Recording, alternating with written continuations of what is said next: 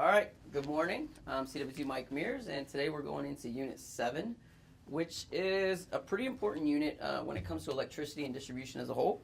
And this is the baseline unit of it, and we're going to talk about transformers. And not like the Optimus Prime kind, right? The bumblebees. We're talking about the transformers that we use to actually transform a voltage or a current to something of some other magnitude.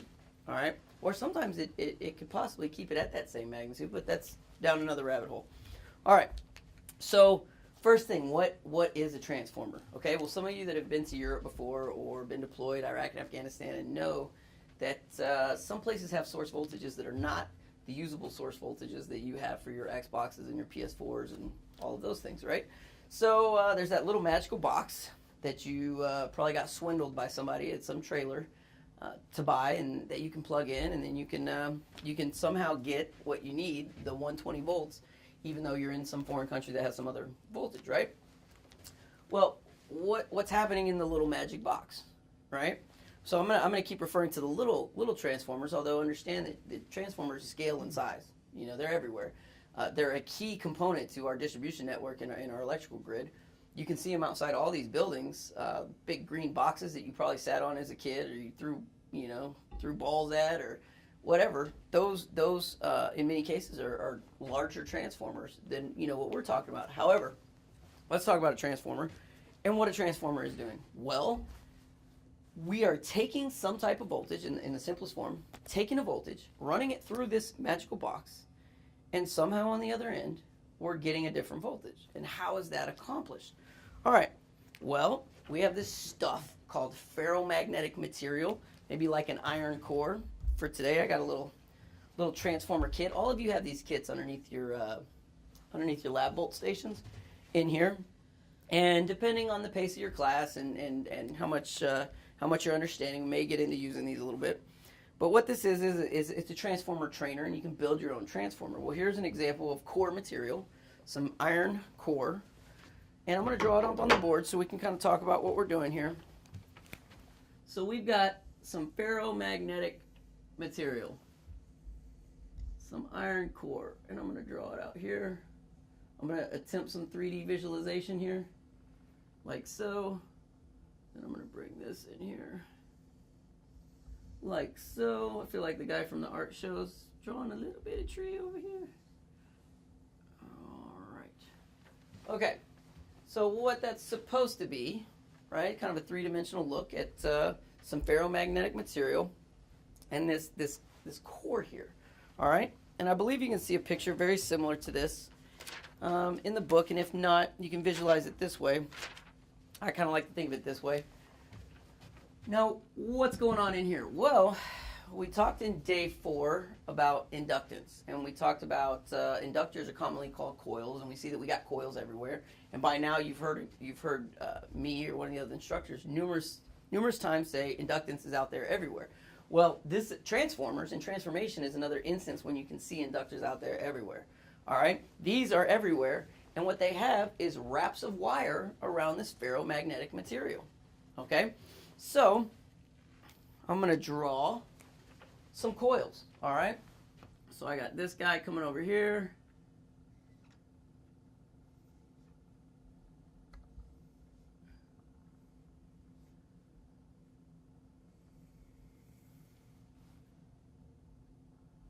All right, cool. So that's it, right? Like a coil around that ferromagnetic material? Almost. All right. Well, just for visualization purpose, we're going to do one more over here.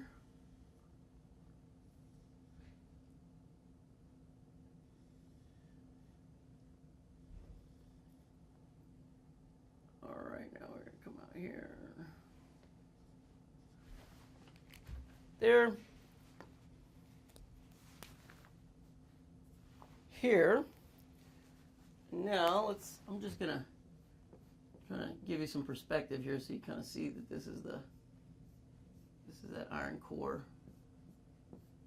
Colored incomplete. Trying to be artistic here. All right.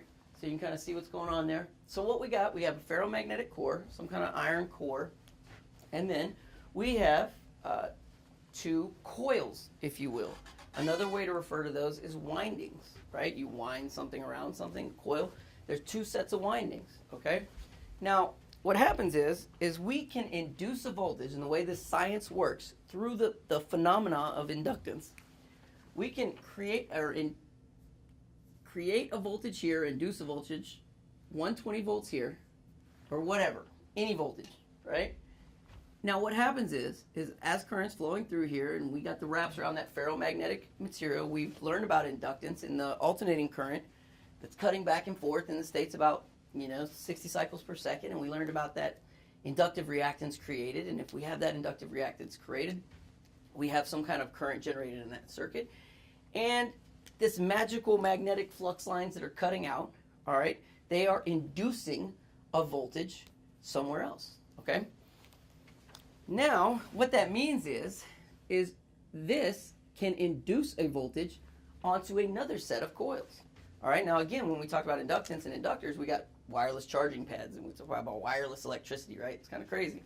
Well, we're actually creating what we call a magnetic coupling between two coils every time a transformer is hooked up, all right? So now this being, we'll call this your PS4 side, and this is your Iraq side.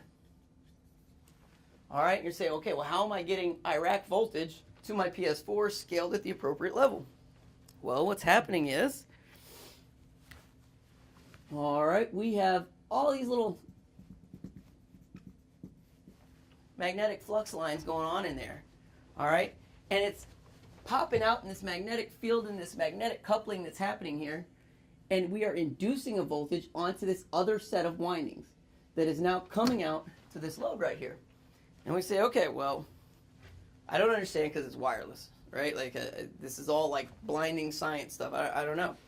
How do you get that voltage? How does that get across there? Well, we're not going to go too much into the deep dark science of the inductance. It's how it's jumping on there and some of the fundamental electrical engineering principles that lead into the laws of induction and induced currents. But what we are going to say is, how do you kind of determine what is going to be that voltage on the other side and understand what is the factors within the construction of that transformer that actually allow it to either increase, decrease, or maintain the exact same amount of voltage?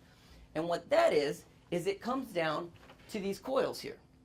All right, now first and foremost, well, I say first and foremost, probably third and fifth, right? We have this coil and this coil, all right? Those coils have specific reference points, and we call those the primary and secondary windings. All right, primary, secondary winding.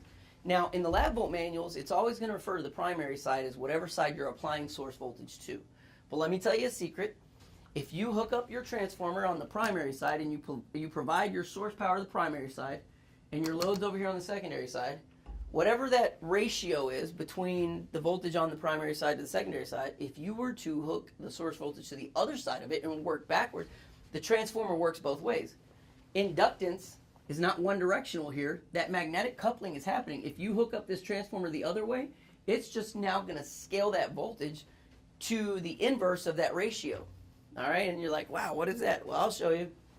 All right, so for all intensive purposes and through the labs, you can refer to that source side as the primary side. Just know that you got two separate sides and you need to make sure you maintain which one is which. So we're going to call the source side here. Oh, of course, I grabbed this blue one and it's terrible. The primary. And this side is the secondary. All right? Now, on the primary winding and the secondary winding, each of them can have a different number of actual wraps around that ferromagnetic material, and we call those turns. Okay? So how many turns it has around the material. Now, if I go here and I look at this one right here, I'm going to count how many I drew up there, right? So I got 1, 2, 3, 4, 5. I got 5 turns on my primary. All right, so what I'm going to say is in sub 1, indicating the primary side, equals 1, 2, 3, 4, 5, yeah, equals 5. 5 turns there. Now, I'm going to go over to my secondary side and say, okay, what's secondary side got? Well, 1, 2, 3, 4. In sub 2, which is secondary, equals 4. All right, so what does that mean? Well, the ratio of turns between the primary side and the secondary side of a transformer is what is going to either scale up or scale down the voltage that's going across that. Okay? Now, how do we figure that out? Well, this is just a ratio. All right. So another thing that another way to refer to it is the turns to turns ratio. All right. What is that transformer turn ratio? So in order to get the ratio, right? I mean, we're just looking N1 over N2. N1 over N2. All right. And now what do we do with that? Well, N1 over N2 should be the equivalent of the voltage of the primary and the voltage of the secondary. So N1 over N2 should equal V sub P over V sub S. And I get it, the subscripts that I'm using, or maybe you're thinking phase voltage and source voltage. Just understand for this purpose I'm saying, and matter of fact, I'll just write it out. V pri, V sec. All right, so N1 over N2 is the equivalent of the primary voltage over the secondary voltage. All right, so what does that mean? Okay, well, what that means is I can do some algebra now with the transformer ratio and see what my actual output is going to be. All right, so how do we do that? Well, what if I want to know what my secondary voltage is if I go into this foreign land and I see this transformer, and for some reason I'm able to see on the data plate the turn-to-turn ratio, but I don't know what the voltage rating is. I don't know anything else. I just know what this number of turns is, and I know I want to apply the 4160 volts that I have produced in my DPGDS systems, which we'll talk about weeks from now. But no, I got this big generators producing 4,160 volts, and I want to hook it up to this transformer, but I want to know what voltage I'm actually going to get on that second side. Is it actually usable? So I'm looking for the secondary voltage. So in order to do that, I got to do a couple little steps here. All right, I'm going to multiply both sides by Vsec, which is going to cancel that. Okay. Now I got to multiply both sides by N2 and divide both sides by N1 to cancel that, right? So N2 over N1 is going to cancel that. N2 over N1. So now what I'm left with is V sec equals, let's say V pri times N2 over N1. All right, now again, what does all this mean? Well, I'm going to put some numbers in there in a minute and kind of associate it with something. Okay, so it kind of help you understand. All right, now conversely, I could have done this problem the other way and solved for V primary very easily just by multiplying V sec by this side. So V primary equals V secondary times N1 over N2. All right, so let's make it practical. All right, over here on this transformer that I drew, I got 5 turns on this side and I got 4 turns on this side. So that means N1 over N2 is 5 over 4. All right, that's my turns ratio there, 5 over 4. All right, so now if I know that in Iraq I'm going to have, let's say, 220 volts, maybe, then I want to know if I put it through this transformer that I just built up here, my little drawings, and I know the ratio there is 5 over 4, N1 over N2, then what is my output voltage going to be? Am I going to be able to power that PS4 within the range that the data plate says? Well, let's see here.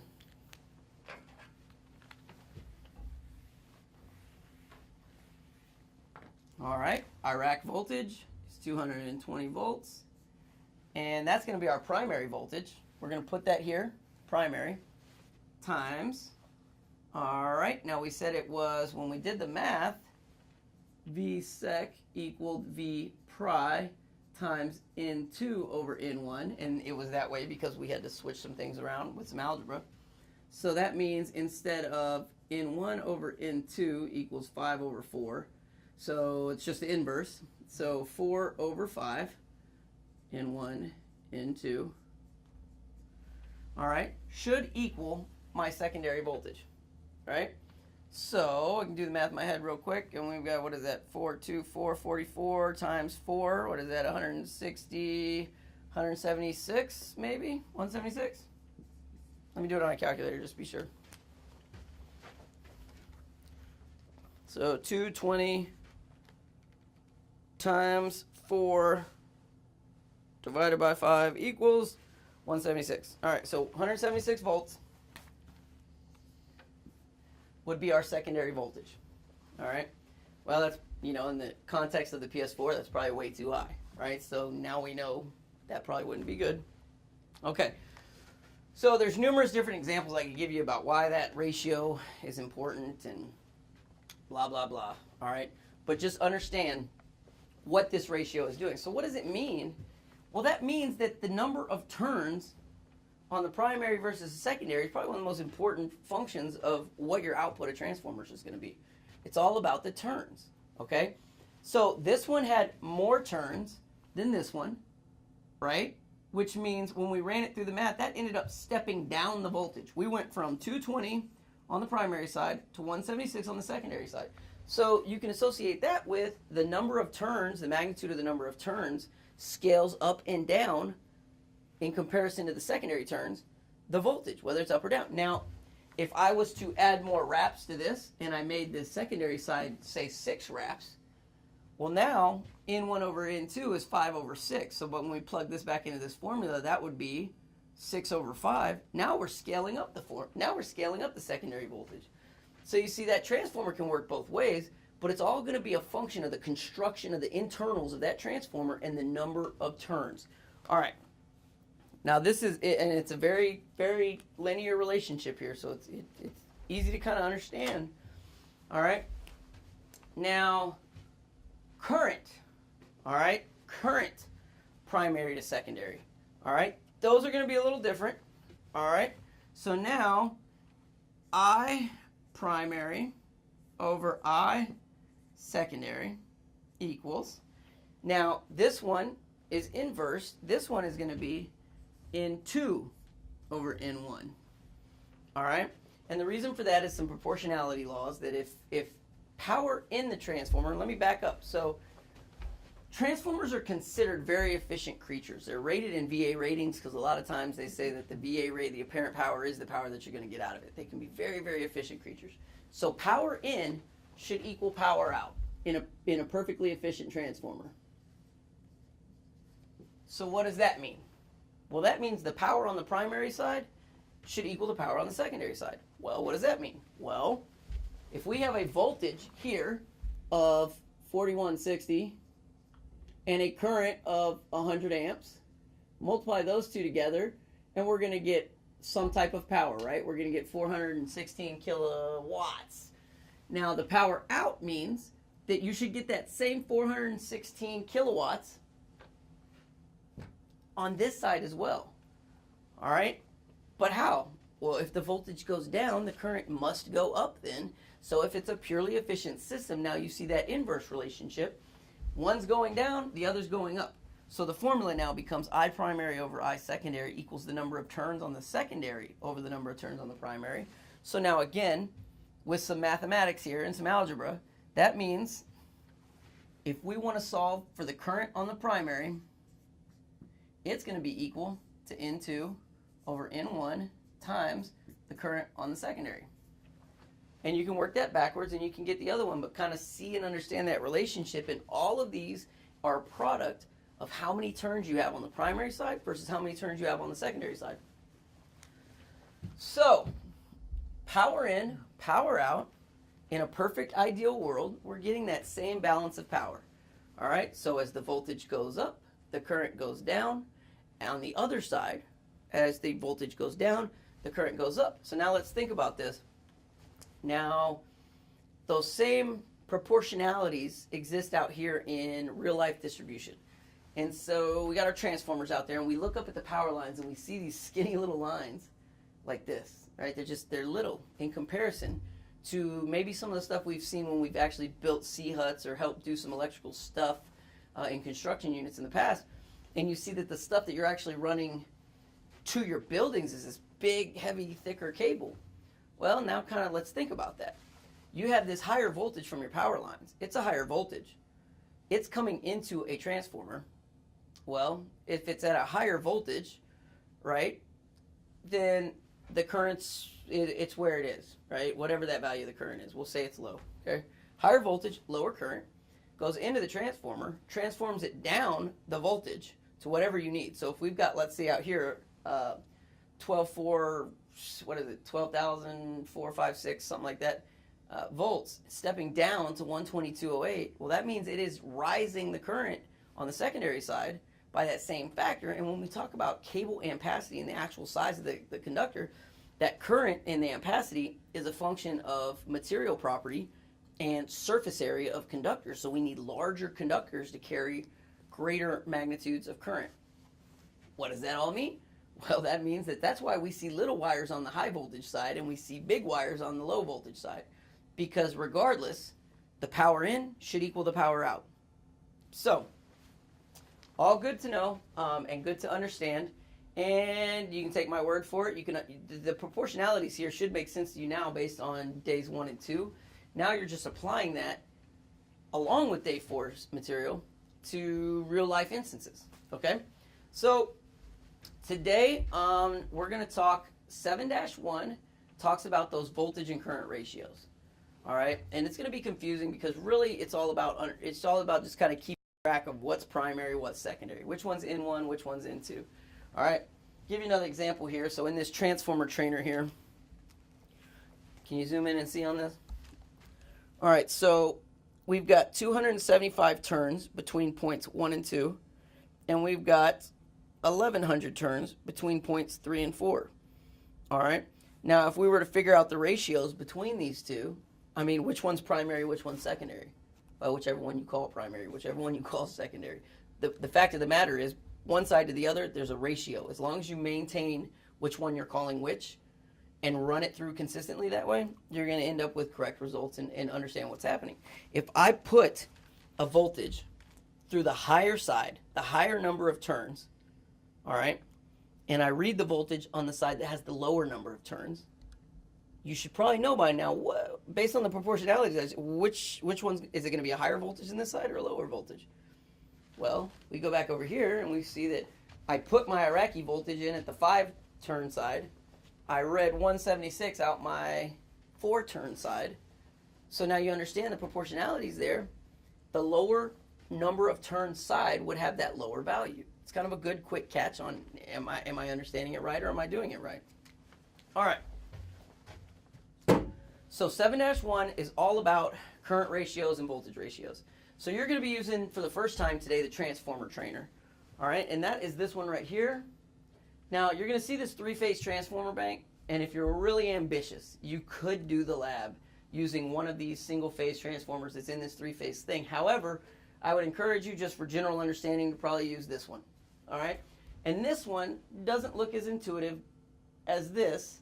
However, if you pay attention to the numbering conventions on the lab where it's telling you to plug in, it's going to be easy to understand.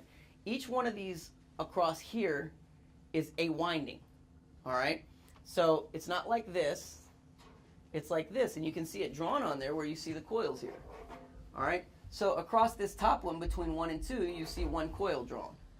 Across this middle one, you actually see 3 separate coils, and the different points are where you're going to put your leads to reference different number of turns. So now let's think this through.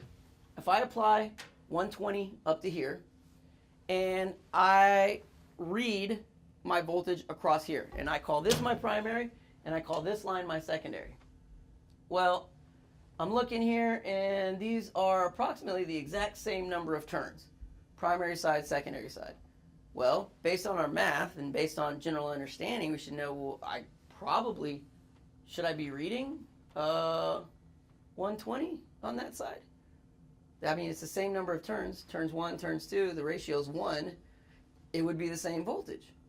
However, here you can actually see voltage increments in between these turns right here, and you're not going to know the number of turns, right? It's going to show you these different voltage increments, and you're going to actually read them and meter them.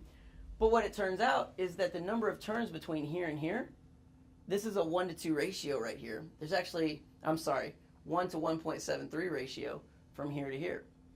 All right, so what that means is, well, let me add this up. 76, 28. Yeah, that's the 1 to 1.73. So what we should be seeing between here and here is a higher voltage, and this is probably going to read 208, somewhere therein. And so you're going to say, well, how'd you know that was 1.73? Well, I know the relationship of 3-phase power because we talked about vectors in phase, or day 5 and 6. So if I got 120 on one side and 208 on the other side, it's scaled up or down by, or up by 1.73, square root of 3.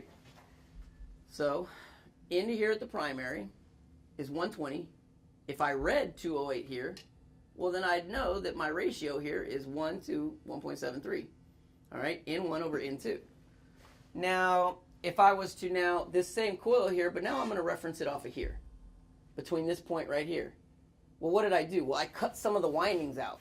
I changed that ratio because now N1 is still N1, but now N2 has less windings in it based on where I'm taking my measurements from. Well, because of that now, the less windings, we're going to read a lower voltage. All right, same thing down here is another good example. We have our primary on this side, putting in 120. Coming back over here, now this one is interesting because this one is split directly in the middle of the coils. So what does that mean? Well, if I go from here to here, and they're both the same number of turns, that's a 1-to-1 ratio. I could read 120 here and 120 here. But now if I tap off the center, if I read between here and here while I'm applying 120 here, I'm actually getting 50% of that. Now my ratio is 1 to 5. When I scale that and do the math, I'm going to end up with, what, 60 volts? And they're actually labeled with the voltage here too, so you don't mess up. These are not protected devices. We don't have fuses in these. If there's one thing that you could let the smoke out of, it's these. So again, be very, very careful and make sure you're applying the right leads to the right spots. For instance, each one of these two outer windings here, both of them are rated for 120 volts. All right, so that means this secondary winding here, it's rated for 208. And it's rated for 208, and I know that because I know that it's going to step up to here, but it's going to be the same 1-to-1 to here. If you take 208 volts and you put it to here, or you put it to here, you are going to step this one up by 1.73. Then it's going to step it back down and still be 208 here. You're going to have 208 here and 208 here. You're going to be giving it more voltage than it could what it's rated for. All right. Now, 120, 208, you're probably going to let a little bit of heat out of there. You're going to smell a little bit of smoke. If you put 208 or 240 or what, 208 more likely in this case, to a short winding here, what is it going to do when we step this up to this? Well, that's going to put a way greater voltage on that winding than it's rated for, which is going to cause a lot of smoke to come out. So again, 120 volts is what we're using here, and you got to make sure we're using it here. Now, if you put 208, because the lab says put 208, make sure you're putting it between these two outer in the middle. All right, that way I know, you're stepping down the voltage on each end of that, on each side of this winding. If you were to measure up here or here, you're stepping it down by 1.73, so you're not going to be exceeding the voltage rating of the transformer. All right, so again, one of the harder parts of the voltage and current ratio labs is visualizing the coils on this right here. And I'm going to draw it up here so you can kind of understand. All right. We're going to call this 1 and 2. We're going to call that our primary side. So this is 1, and this is 2. All right. Now, like I said, there's actually 3 windings within this, okay? So now I'm going to draw you just the difference between 1 and 2, and the secondary side being 3, 7, 8, and 4 here. All right? Well, what does that mean? Well, I have 1, 2, 3, 4 different taps off that secondary side. And oh, by the way, I know that I have more windings on this side. I know from the lab that it's 1.73. You should get 208 on that side, which means the transformer ratio on it would be 208 volts over 120 volts, which should equal 1.73. That's my transformer ratio, right? All right, so that should equate to the ratio of my number of turns as well. So I know that I actually have more wraps around here, so I'm just going to draw more wraps. All right, and I know that I got 4 terminals coming off of this here, with the first one being, what do we got? 3, then 7, then 8, and then 4. So 3, 7, 8, and then 4. All right, so what's happening here? Well, if I apply that 120 between here and here, and I take a measurement between 3 and 7, Well, if the number of turns between 3 and 7 is less than the number of turns between 1 and 2, which is what we're seeing here, then I should read a lower voltage. Now, same voltage here, but now I'm going to read between 3 and 8. Well, I'm adding more coils, or I'm including more coils in my measurement, which is then going to reduce the value of that ratio, which is then going to cause that voltage on the other side to actually be higher. All right? So now I'm going to get a higher voltage between these two. All right? Now if I include all of them, now I've just bumped my ratio to a higher number of turns on this side versus this side. So now I'm scaling up the value between 3 and 4 to even higher than what this is, because we're keeping this fixed. And that's exactly how this is. This number of turns here is this number of turns. That's exactly what it is. Now, the lab is going to have you apply specific voltages, read specific voltages, and you're going to do the math backwards to calculate the number of turns in each one of those. So now here, on between 5, 9, and 6, well, that's just another coil. That's like drawing another transformer with another coil over here, and we're going to read between here and here, but they're coupled, so we could go from here to here. Anyways, just understand that horizontally across is the coils. So when we're comparing one coil, calling it primary versus secondary, we're comparing 1 to 2 versus this one, or 1 to 2 versus this one, or this one versus this one, and this one versus this one. That's the windings, all right? So, next thing we're going to talk about is polarity. And polarity of the transformer. We talked about polarity before when it comes to DC power and in AC power. Polarity is an important function of transformers. It's not in the sense of plus and minus. It's actually in the sense of whether or not that transformer has an additive or subtractive value when you bank them together. So when we're looking at the single phase transformer merely by itself, a lot of people will tell you transformer polarity doesn't matter as a single phase unit. It's kind of negligible. One of the ways to kind of think about it, well, not kind of think about it, but in reality, let's say we have a single phase distribution transformer out there on your line. We got one of those buckets, right? Let me see if I can draw a 3D bucket here. All right, and I got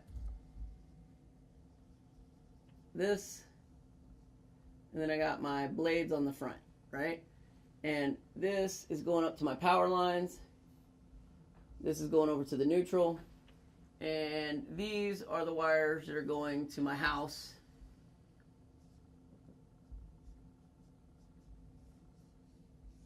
Okay, so a way to see the polarity on a transformer, on a distribution transformer, is the markings, because they're standardized. They refer to the high voltage side as H1 and H2. All right, now on an additive polarity transformer, this is going to be X1, X2, and X3. On a subtractive polarity transformer, the H1 and X1 are right on top of each other. So you're just flip-flopping the secondary side. So again, what does that mean? Well, in this single-phase scenario right here, it doesn't matter a whole lot. When you bank multiple transformers together, though, you create the same, or you can create a similar effect to how, think about vectorally with capacitance and inductance and how they are opposing one another. So if you put a inductive element and a capacitive element together, it's like those two kids pulling both this way. If they're pulling the same amount, it'll neutralize back to nothing, right? You won't go anywhere until you get maybe an orthogonal kid on the leash pulling you that way. Well, similarly, if you do not maintain the polarity of a transformer as you're banking two of them together, what you could end up with is a transformer with one voltage on this secondary and this another voltage on this secondary, but they're the same magnitude but opposite polarities. What do you think the resultant in between could be if you didn't maintain the polarity? Well, it could be just like the labs that you've seen for capacitance and inductance. It could be zero. And again, you know, 120 alpha, you're probably not going to be out there banking transformers together. However, it is very, very relative to you being in some type of disaster relief situation and you're advising on some type of emergency operations and why these guys are out there trying to put these transformers together. You got a couple of distribution cans sitting on the ground. You see them all over the place in these utility companies sitting on the ground, and you know, you send some rookie contractor out there to hook them up, and you're wondering why. I mean, I'm reading voltage on the high voltage side, I'm reading voltage on the cans, but for whatever reason, my output is coming to zero. and I'm not getting what I need, it could possibly be because of the polarity. So you got to kind of understand how that plays. Now again, in relativity to this single phase can here, it's not a big deal. The book is going to also show you that transformer polarity, and I believe it's in 7-2. All right, you're going to see dots. All right, and the dots on the coil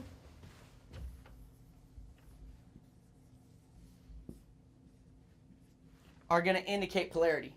Okay, and so it'll run you through an exercise, and I believe on, let me show you on here, on, it might be the digital copy. Oh yes, 7-11 in your hard copy book. It's showing you that dot relationship there. And so between, we'll call this, this the primary and this the secondary. In the book, it's inverted, all right, and it's showing two dots directly over it, like so, on one, and then it'll show corresponding ones along the way too, just to show you differences. And right now, it's showing that. So here, I'm going to do it just like the book shows, 1, 3, 2, 4. So 1, 3, 2, 4, 2, 4. And again, flip it this way. And it says at the top of 7-4, it's telling you that terminal 3 is positive with respect to terminal 4. All right? So terminal 3 is positive with respect to terminal 4. So if this isn't a positive polarity relationship, it's not actually positive versus negative. It's really just kind of like a reference between the two. All right? So don't wrap your heads too much up around this polarity thing. It's more of a general understanding piece to when we get to the three-phase transformer banks. How does it come into play? All right. So that's a pretty simple lab, the polarity one. Now, the transformer regulation, that's going to be your final one. And what that is when we talk about regulation out there, so what can vary on a transformer is that secondary voltage. That secondary voltage, depending on the type of load that you have out there, can really be swayed by characteristics of the load. There's even times where the voltage could end up spiking higher because of some capacitance that's out there in the load as well. And so a lot of times it's necessary to control some finite outputs of that transformer through voltage regulation. All right, and so we're going to do some calculations there to see what % regulation we need if in no load conditions, and by no load conditions I mean we hook everything up and I don't have any load on there. And my secondary voltage is perfect. It's right where that ratio says it should be. Right? Well, then, some things happen. I get this load, the weird load characteristics, and then my full load voltage is something different, and so we need to modify that. And you actually see that type of voltage regulators out there on the line, and inside of transformers too, you've got tap settings on transformers. Now this is back to the turns to turns ratio. You can adjust finite measurements in the number of turns so that you can boost up or down the voltage to adjust for that regulation for those issues that you're having because the load is causing voltage to drop. All right, so there's a formula for it. I'm going to let the lab kind of explain itself on this one because it's not super sciencey, it's not super deep. Just kind of know and understand. Now now what you're doing is you're playing around with that secondary output based on load characteristics. Like I said, that transformer is a perfectly efficient creature in an ideal scenario, but things change, things happen, and can cause different, now that we know, vectorial and phase angle shifts that cause all kinds of craziness to go on. All right, and we're not going to go into the deep dark science of that. I want you to just kind of understand the concept of this transformer regulation. So with that being said, we're going to go ahead and go into labs 7-1, 7-2, and 7-3. Again, be very, very cautious to make sure that you are applying the correct voltage to the correct points on this transformer. Do not put 120 between 5 and 9, between 9 and 6. Do not put 120, or do not put 208 between 5 and 9, or 9 and 6, or 1 and 2. All right? Make sure the lab is going to tell you to put 208 in one spot. It's going to have you do it between here and here. So just please pay attention. And remember, the same rules apply. If you smell it cooking, turn off the power. It's a good indicator you are letting the smoke out. All right, good luck.